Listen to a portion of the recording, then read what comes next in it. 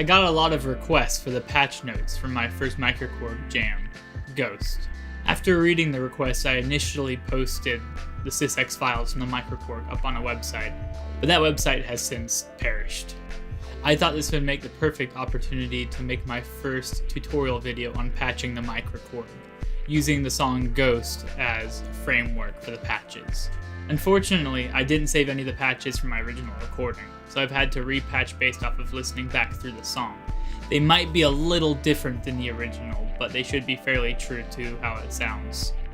The first of the 3 patches we're going to look at today is going to be the bass patch.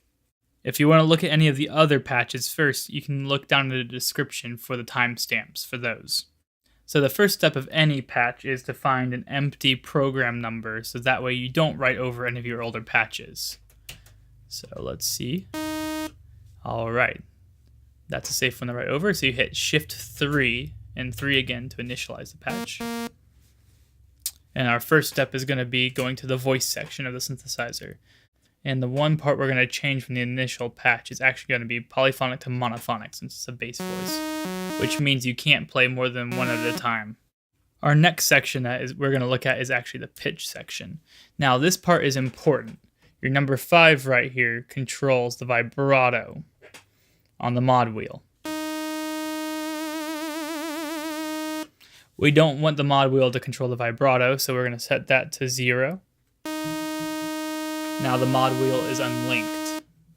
We'll be using the mod wheel to open the cutoff filter, as that will be more convenient than switching to the filter section. We will actually be using the initial patch off of oscillator 1.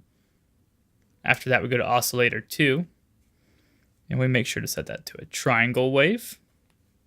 We want to set that as synchronized on the second knob, and we're going to detune it -12. And we're not going to work with the fine detuning at all. And go to the mixer, and we want about half volume on that second oscillator. Our next section, and this is one of the most important parts of any of the patches I work on, is going to be the filter section. We're going to set it to a 12 dB low pass filter, and we're going to turn that down to 11. You'll hear that as I go. We want it right there initially. And now we want to set the resonance on that filter up to 40.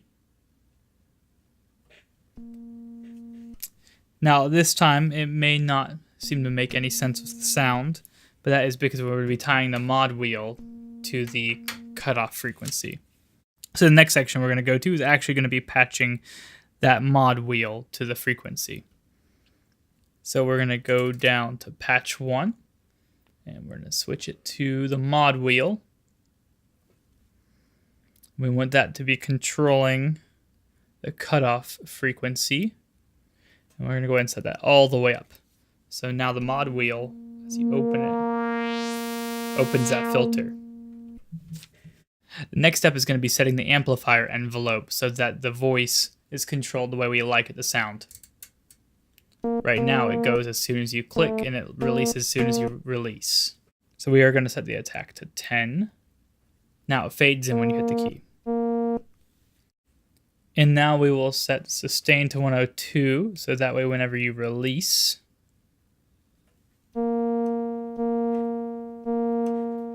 it doesn't release immediately.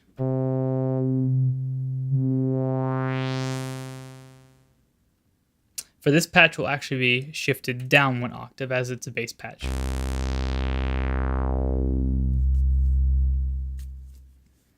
Now our next step is actually going to be setting the LFOs to affect the pitch of the patch.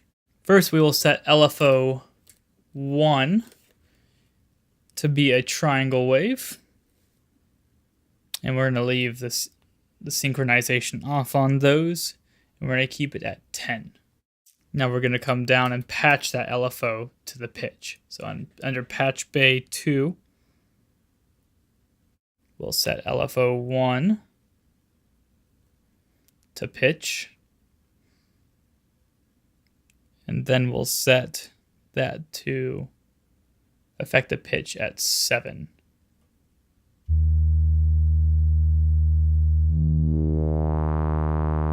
Now now the pitch is a little unstable from that LFO. But I like the pitch to be a little noisier than that even.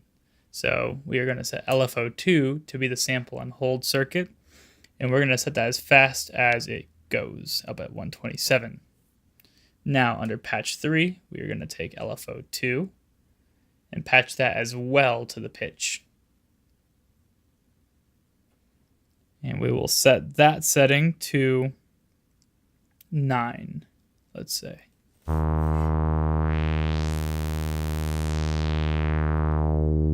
Now that is much noisier than before. So I'll show a comparison real quickly between the noise and not. We'll add some of it.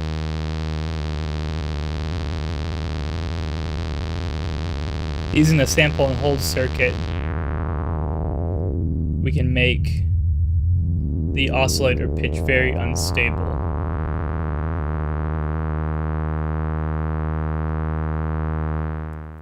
And that is our first patch. Alright, and once again for this patch, we're going to look for an empty program number. And we're going to hit Shift 3 and 3 again to initialize the patch. So our first section we're going to go to is the voice, and we're going to set it from polyphonic to monophonic. Alright, now we're going to leave the pitch alone on this one. We're going to leave oscillator 1 on the saw wave. We will not work with oscillator 2. And we'll leave the mixer where it is, as it only has oscillator 1 on, with the noise and oscillator 2 silent. So the first real step we're going to go to is actually going to be the filter section. Once again, we're going to go with a 12 decibel low pass filter. Except this time we're going to set it to 42.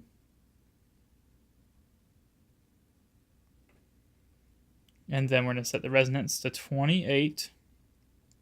And we want the filter EG to affect it. So we're going to set this up to 17 on the fourth knob. So next we're going to now edit the filter EG section. We want the attack to be at 24. We want this to be at 56.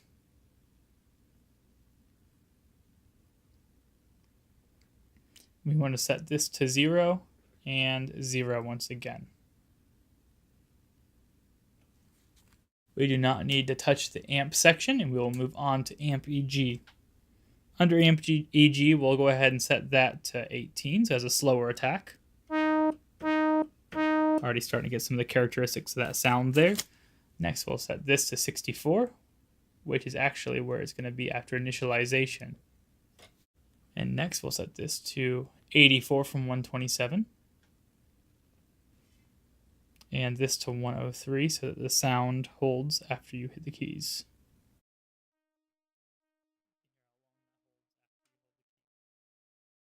And for this sound, once again, we'll be using the LFOs to affect the pitch.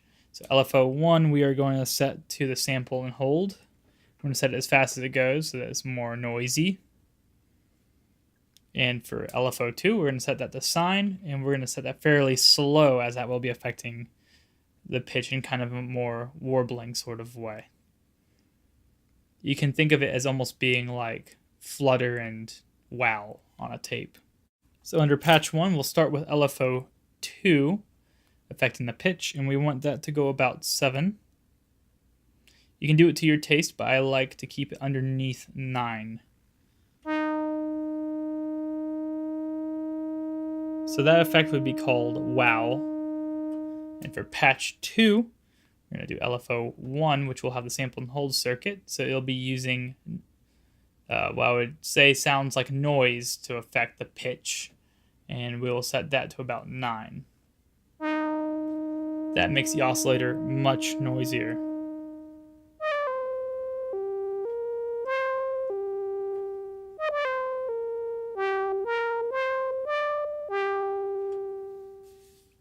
One thing I forgot to mention is actually under voice section, we need to change this number 4 knob from single to alt. The reason being that when you hit the key, you want it to reset every time, even if you're already holding the key prior. So that way you get that horn blow for every single key. See, if you leave it on single, it misses that. There we go. And the last step is going to be under delay. I like the left-right delay. I'm going to leave the timing off, and we're going to set this to 69 for the speed. And for the feedback, we're going to set this up to 92.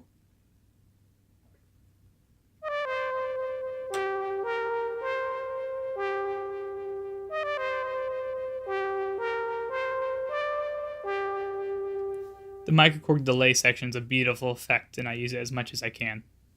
Next patch we will be working on is going to be the lead sound from the song.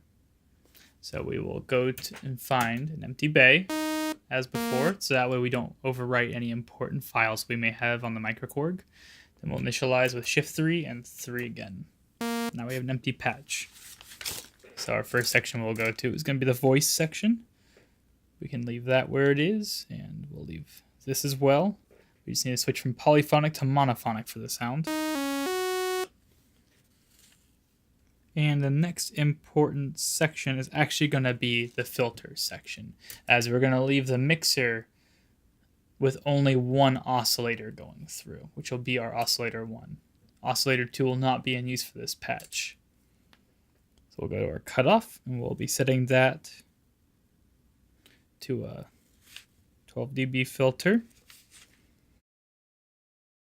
And we're going to set that cutoff right down to 19. And we're going to set the resonance to 55 or so. And we want the filter EG to affect the cutoff. So we're going to set this to 19. And I want the filter to actually close the higher you play up the keyboard, which you do by turning that number down. So that's an extreme there, negative 63. So we're going to do more around the negative 30 range or so. There we go. And now, since we want the filter EG to be affecting the filter, we have to set the filter EG settings. So we want to set the attack to 59.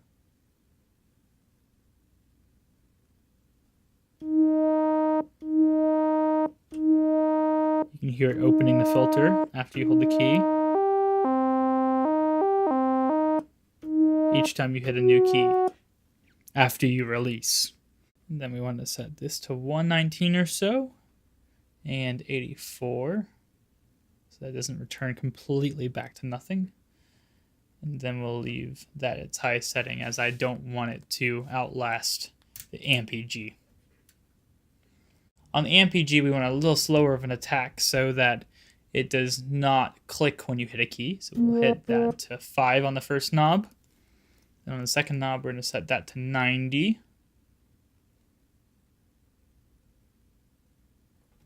And on the third knob, we don't want it at full volume after the decay, so we're going to turn that down a little to about 100 or so.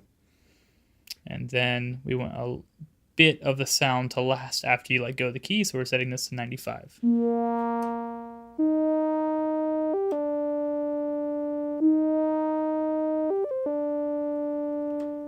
We're getting a little closer with that now. So our next step, we want the LFOs to affect the pitch so it's more unbalanced. So for LFO 1, we're going to set it to a triangle wave. We're going to leave the timing off and set that to 10. For LFO 2, we're going to set that to a sine wave. We want that as well slowed down to about 16. We're going to be using LFO 2 to affect the pitch and LFO 1 to affect the cutoff in the patch bay. So down in the patch bay, we'll set LFO 1 on the cutoff. We'll have it affect about 11.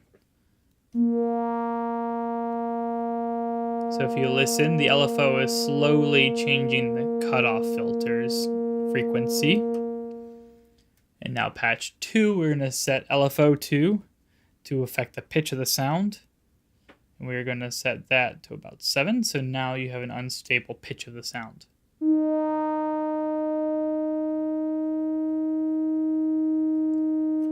the sound is still flat, so what we're going to do is actually go to the delay section. I actually like the left-right delay as it goes back and forth between the ears and adds a bunch of stereo to the sound. We're going to leave the timing off on it, and we're going to set this to 91. And for our feedback, we're going to want to set that to 101 so we get a fairly long tail. This works really well for sounds that you're going to be holding down the keys on, as it makes the sound kind of build on top of itself.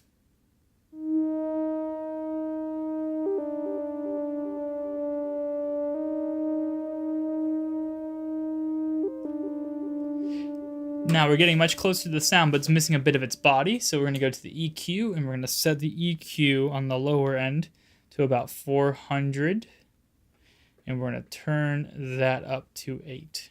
Now that should give the sound a fuller body.